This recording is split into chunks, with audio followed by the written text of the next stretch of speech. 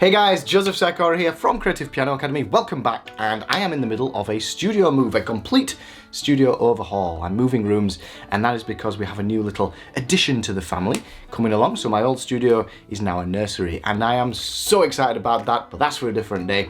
What it got me thinking about is I don't have everything set up, so I haven't recorded a video in a while, and how can I actually give you something in the meantime? And it did get me thinking that sometimes we want to practice those core skills, you know, keep the engine ticking over, so to speak, but we might not have a piano to hand. So I've got 3 tips for you today, 3 ideas, 3 little concepts for you, so you can basically practice your musical skills, your piano skills, technically your piano skills, really your core musical skills, anywhere you like. So tip number 1 is all about increasing that speed in your fingers, the coordination of your fingers, the suppleness, your control over your fingers. You can do this absolutely anywhere.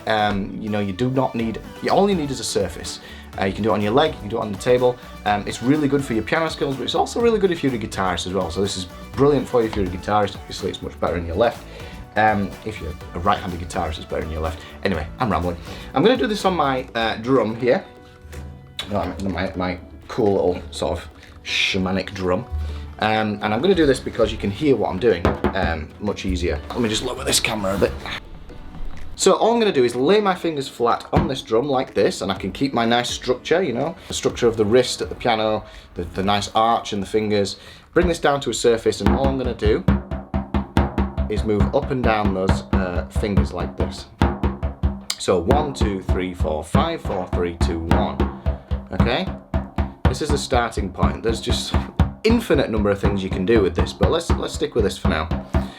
Okay, and what I'm listening for, and this is the main skill I want you to develop, is this evenness between the strikes, okay? So if you do it on a surface to start with where you can hear the strikes, that's much better. But we're listening, if you listen carefully,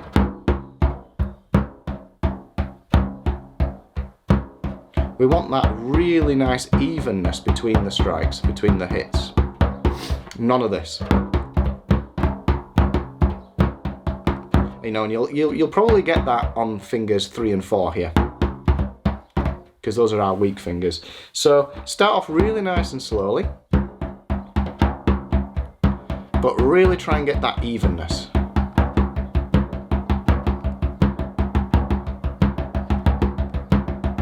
And then just try and increase your speed. Stay relaxed when you do it. Left hand as well. You can do this on the left.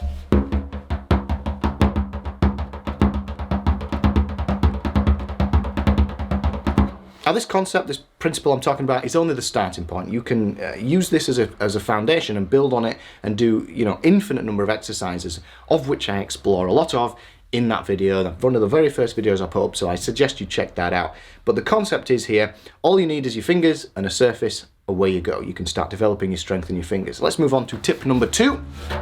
Tip number 2 is all about developing your sense of hand coordination and rhythm. This is absolutely vital to you as a pianist, and one of the biggest struggles I hear from all of you guys is my hand coordination, my hand independence is really holding me back. So this is brilliant for you to just slot in now and again. When you don't have a piano, all you need is a surface again, and you can just take your fingers, move this back. So I've got my drum again. And the general principle here is we're going to develop our sense of rhythm, and I've put lots of videos out about this, so you know, check out the information box down below, and you can and I'll put those in one place for you, so you can take this further. But as a really good starting point, all I'm going to do is I've got my grid of 4 beats in a bar. Let's take 4 beats in a bar. It's a nice starting point. So 1, 2, 3, 4, that kind of speed, and I'll just pick a hand. So let's take my left hand. I just want to take my left hand, and I'm going to tap out those 4 beats. So 1, 2, 3, 4. So my left hand stays relatively straightforward, relatively simple, and then in my right hand I'm going to play around with the grid. Okay, so I might come down together. 1. So I might just bring them down together like this. Okay, to start with, and then I might alternate this. So this is on the 1, 2, 3, and the 4. Maybe I'll put this on the and of the 1, the and of the 2, the and of the 3, and the and of the 4. So just a very simple rhythm. We get this. Okay, left, right, left, right, left, right, left, right. Again, we don't want this sort of unevenness here. We want this really nice and straight. 1 and 2 and 3 and 4 and 1 and 2 and 3 and 4. Okay, so that's our starting point, and then from there we'll still keep the left hand doing its nice straight rhythm, and then with the right I can slot in rhythms anywhere on the main grid. So we've got 1 and 2 and 3 and 4 and, so I can pick anywhere I want to put this, and we can get some quite interesting rhythms like 1 and 2 and 3 and 4, 1 and 2 and 3, 4. Yeah.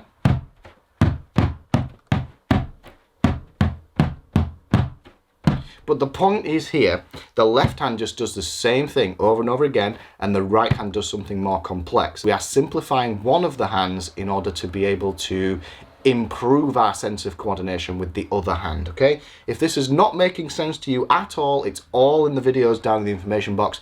Do go over those. I break it down, you know, one of those videos is like 15 minutes long, just breaking this down, so do check that out. So once we've got used to keeping the left hand the same on each main beat of the bar, we'll swap that over and we can do the same thing on the right. So we'll keep the right hand plodding away, and then it's the left hand that we want to start switching up, you know.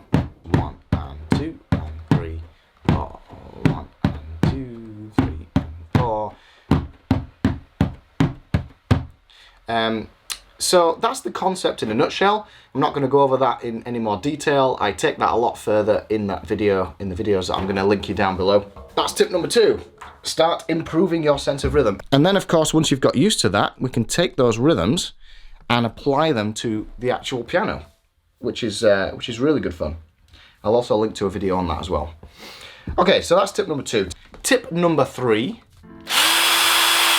A little more abstract. At some point on your musical journey, when you explore a musical instrument, let's talk about the piano because that's why we're all here, you will start hearing music in a different way. The language will start to make a little bit more sense, okay? It's almost like when you speak a language. If you don't speak a language and you hear somebody else talking in that language, you don't understand a single thing that's going on. It can wash over you, all those words wash over you, and some languages sound beautiful, but you don't understand what's going on.